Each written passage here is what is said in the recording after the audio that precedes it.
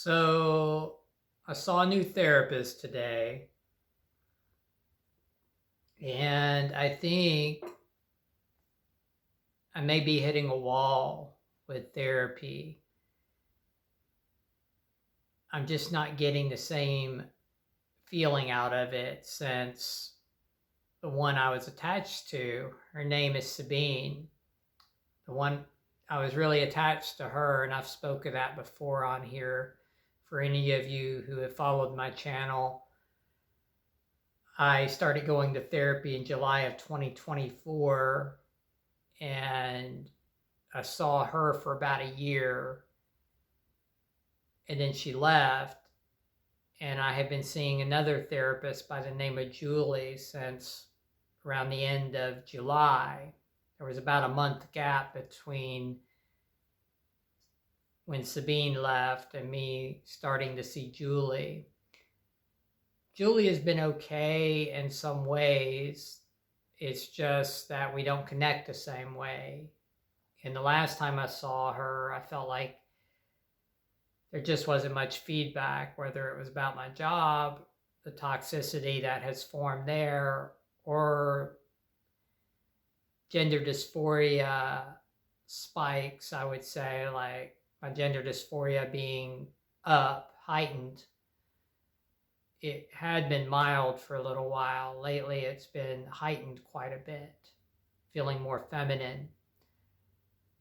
But I just wasn't connecting to Julie in a way that seemed helpful. And then she wanted to see me every 3 weeks. And I go through these depressive spirals still. I'm not near as bad as I was in July of 2024, where I was in a pretty consistent depression, not working, not going anywhere hardly at all. Didn't really care what happened to me a lot of the time. And when I saw Sabine, from the time I met her, there was a connection. And she really pulled me up throughout the year I saw her, was able to help me in a lot of ways. Help me understand myself more, help me to be more authentic. Though gender dysphoria, I'm being reminded how it wreaks havoc. I don't think it's something I can get rid of. I'm still trying to integrate it. I'm still trying to take my male and female and blend it. Because being 50 years old, it's just, I find that it was difficult to, I would stress and obsess over how feminine I could look, shaving obsessively on my face to where I'd have cuts sometimes. And being upset that the shadow would be there. So now it's a little different. I've been able to grow facial hair. I have a bit now. I don't like growing a lot. I still shave it back, but I have not been obsessive about my face being completely clean like I was when I would say more on a trans path. So I got off of that path because of the obsession. There was a lot of resistance and stress and obsession with my looks, to the point of it making me more depressed. And it just takes a lot of work. Let's be honest. If there's anyone watching that is trans or has gender dysphoria and thinks about transitioning one way or the other, female to male or male to female, there's a lot that goes into it. And the older you are, that could be more difficult. So being 50 years old, it's like not having a ton of money for such an endeavor to look the way I truly would want to look. Like, I would probably want I might would want to have some cosmetics done. You have to take drugs the rest of your life. I would need the estrogen the rest of my life. And there's just a lot that goes into it. And then I've spoke on here before that I believe in past lives, and I believe there's metaphysical things and paranormal things that I believe in wholeheartedly. And I believe past life trauma also plays a lot into this, because I've had what I believe to be past life regression in meditation of I would say it's like emotional memory or deja vu in a way of being a woman that had a lot of trauma. And I believe it's carried over into this life. And there's something about it that makes me think my soul is telling me I was supposed to be male in this life, or I was supposed to be in this male body for a reason. And maybe some of that reason anyway, I don't know if it's all of the reason, but some of the reason is to integrate the carryover of the past life trauma, which there's a technical term for it in theory, which is cellular debris, that trauma from past lives can carry over in your body, in your cells. And there can be that memory stored in you, or that the emotions, even if you don't have specific memories of the past life, the emotions, a lot of the emotions of who you were. And I believe that can contribute, at least with some of us with gender dysphoria. I'm not going to speak for everyone. We all have our own experiences. But because I feel this way, and it's like an intuitive thing, I've really tried to work at integrating and being as authentic as I can, like a blend between my male body and how I feel, take the feminine that I feel and mix it in with my maleness, or this body that I'm in. And just try to live with it, because there's positives as well. I do see positives too with being in this body. I'm pretty healthy for the most part, and I'm strong. I work out some. I mean, there's things I can do with this body where, not to say I couldn't still do those things on estrogen, but a lot of things would change. And I don't know, there's no 100% guarantee when you go down the path of trans that there's not going to be complications. You just never know. So I think about stuff like that. But I have also often said I can never 100% rule out transitioning. I can't do that either, because I do have these times where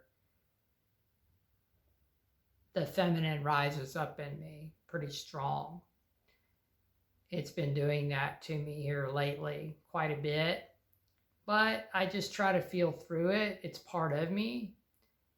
And if you watch this channel, I try to be as authentic as I can, and you can see the fluctuation. That's why I say gender dysphoria wreaks havoc. You can see watching my videos how it can go up and down, like in videos where I'm wearing makeup and I'm more on that trans path, and I'm more feminine in some than others, some videos than others, because of the fluctuation, and now trying to integrate it too.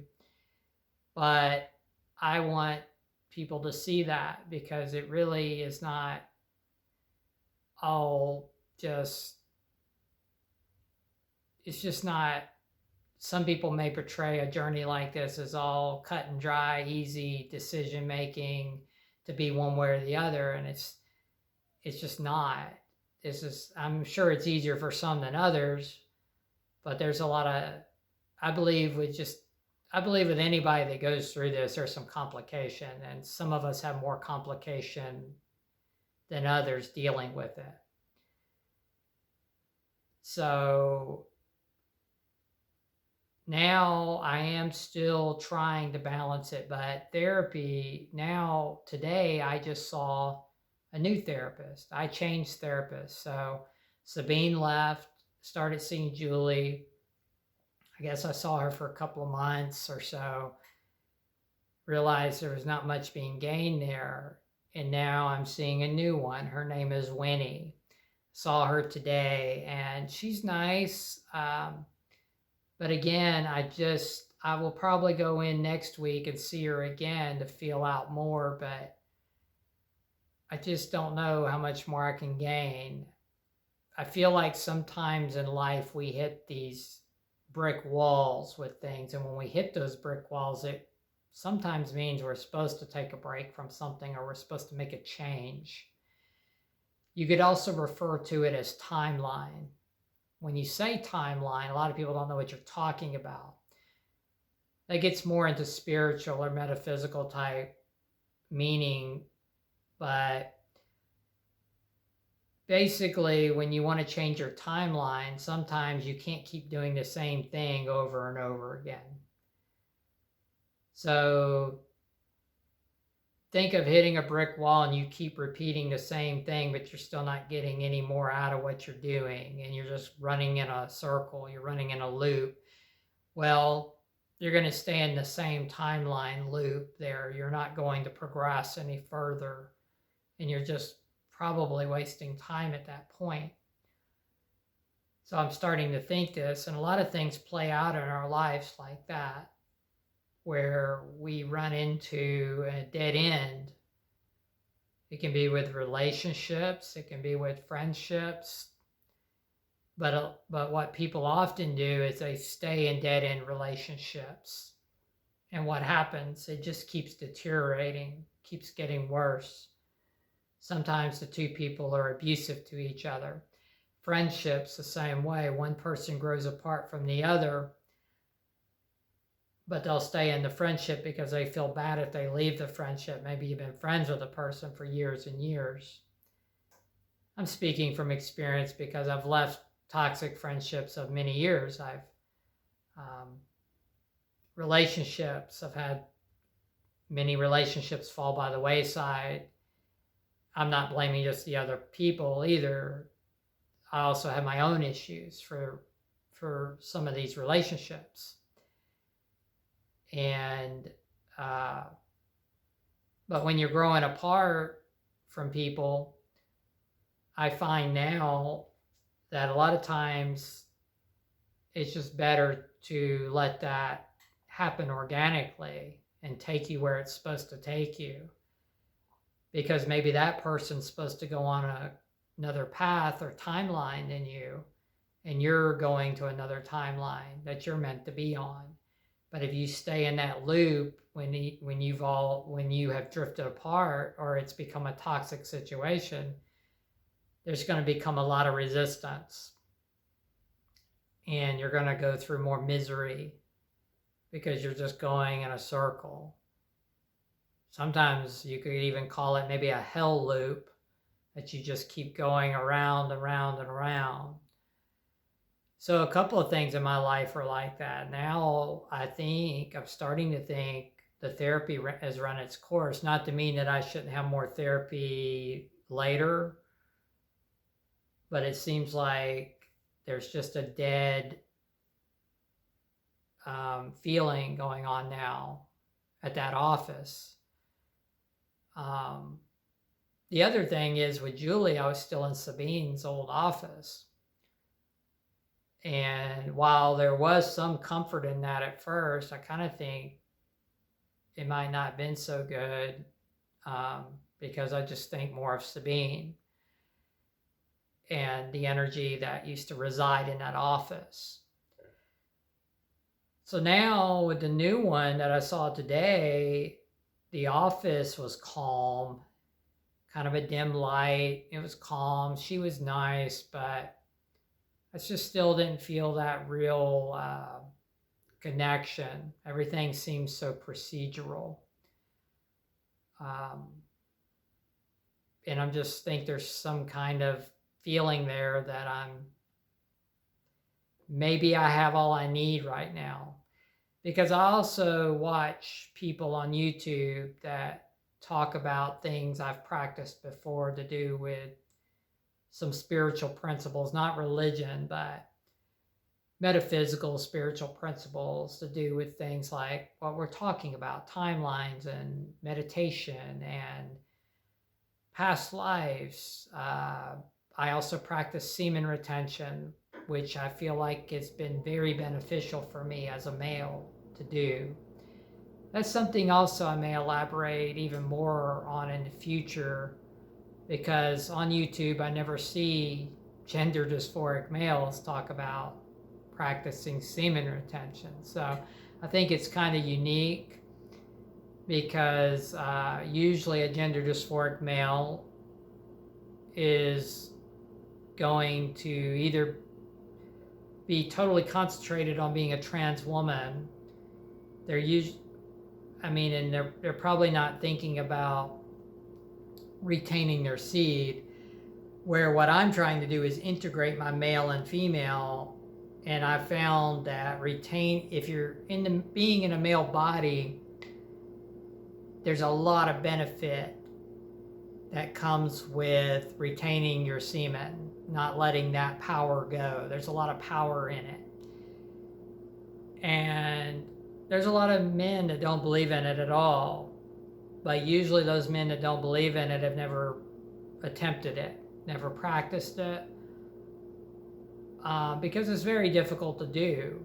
It's not an easy thing to do, especially in this society where we're tempted by lust all the time. When I was a kid in the 80s and a teenager in the 90s, you couldn't just access porn everywhere you went. You didn't have a little computer in your pocket to do that, or a computer at home. Not everybody had that access at all to do that. So you had to go to places to access magazines and movies or whatever. You had to actually make efforts to go out and get it and go out in front of people to get it. It was definitely more discreet. But what I find is when you work on controlling your lust, and I'm far from perfect from this, but I've been practicing this even before I became more gender dysphoric. I had been practicing this off and on, so probably the last 4.5 years. So I've had a lot of time to see benefits from it. I've been able to do it over 100 days one time, and it was crazy, the energy. I had energy of like when I was 19. It was insane how I felt energetic wise. Vibration was through the roof. It's something that's very hard to explain to anyone unless they've been on that path before. So that's something I keep going back to. Right now I'm on a streak of almost 35 days. I'm on 34 days right now. And no edging, none of that. Recently, a few weeks ago, I had been at about 56 days. So I keep going back to it because I believe it'll help me integrate with the gender dysphoria. I believe it'll help me integrate my male and female. And I feel like it gives me shielding from, if you want to call it spiritual shielding, you can, like say from source. If you want to call source God, you can. I don't look at it as like a biblical God or anything like that, but I look at it as where we are born from, our souls are incarnated from. And I believe I was reincarnated from my past life as a woman. Not to say I've never been a man before, but I think there's a lot of leftover debris in me from being in that lifetime as a woman. And I feel it. I feel that lifetime a lot in my all through my body. I just feel that, and I struggle with it. And I can't expect everybody to understand that. You have to have an experience similar or have had past life regression happen to you. A lot of these things you have to experience.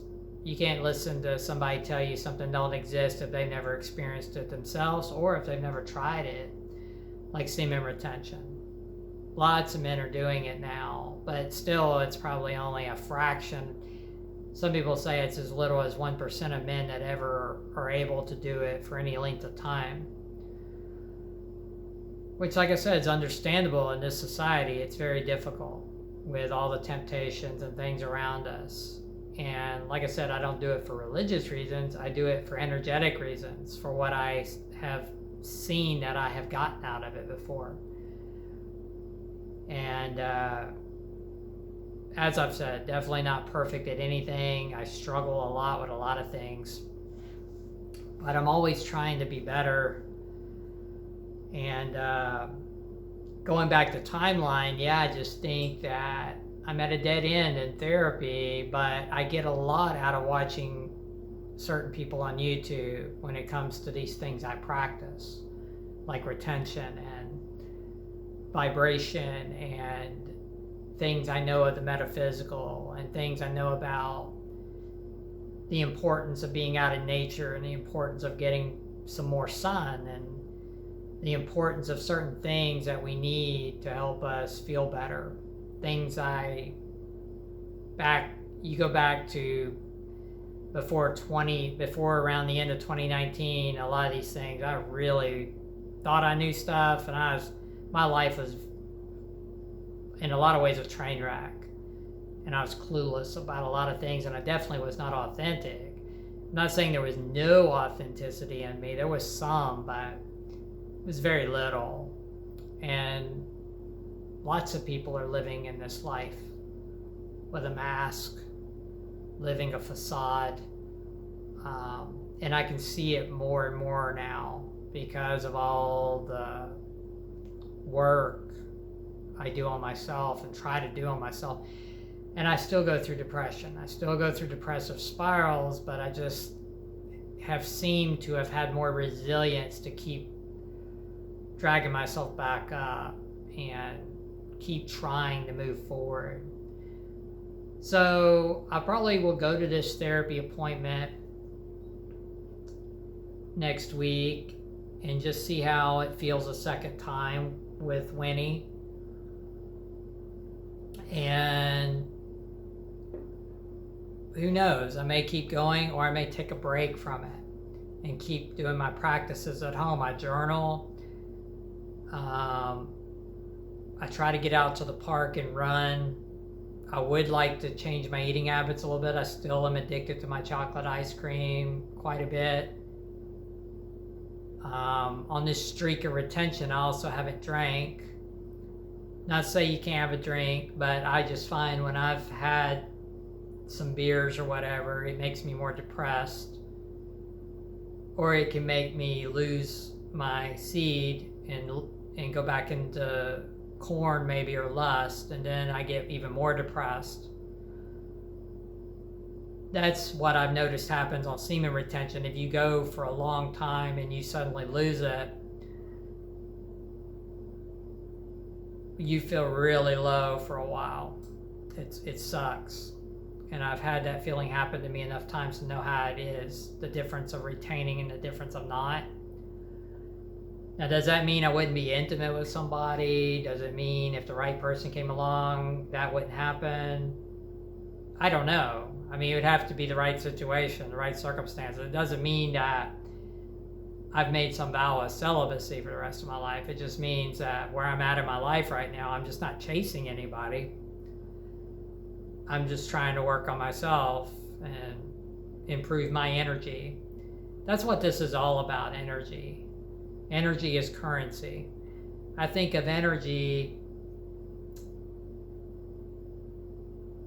it may be more important than money, and I know it sounds crazy to a lot of people, but if you want to generate health in your life and generate certain outcomes in your life, I think you have to have the right energy. Because if you don't have the right energy, then there's going to be other chaotic elements going on in your life. Like, I've made money before in my life. I've had spurts of times where I was more secure with money. I've never been just rich or anything, but I've had times where I had thousands of dollars in my bank account. Well, back during COVID, I did. But when you keep going through depression and you're living kind of a fake identity or fake identities, and you keep getting involved with the wrong people and you keep going into hell loops and bad cycles, it's hard to maintain money and hard to maintain health or certain things that are good for you. It can be hard to maintain those things at a steady rate. So I guess what I'm saying is I may change the timeline with the therapy.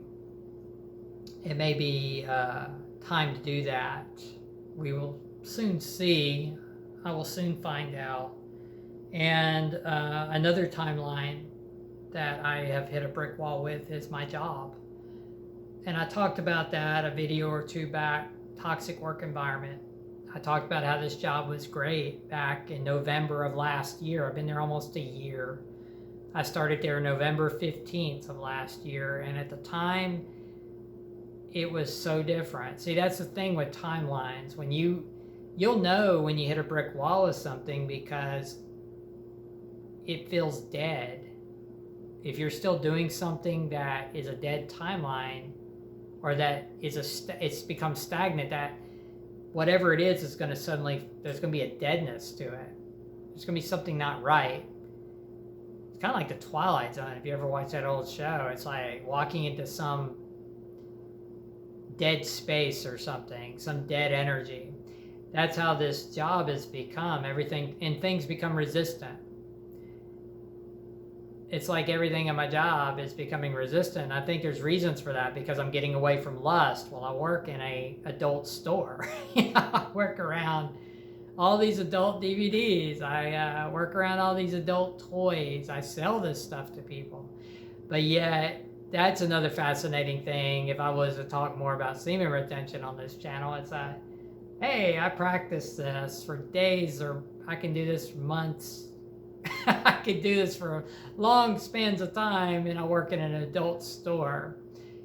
But see, there's the energy to that can be crazy because I see guys come in there addicted themselves to lust, and I can feel the energy because I've been there. I've been in that energy, and it can be awful because you've fried your dopamine. You can tell a lot of times when guys are caught up in that really bad because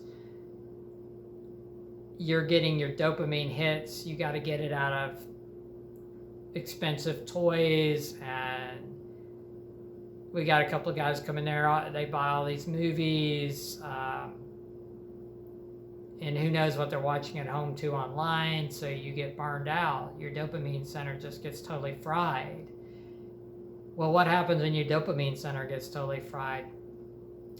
You can become dead inside, and I've been there too. You get these dead feelings about everything because nothing else can compare to the dopamine highs you might be getting through an addiction.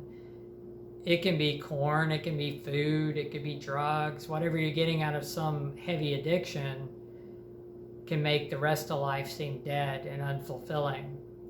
Things that you used to find tons of happiness in childhood no longer give you happiness.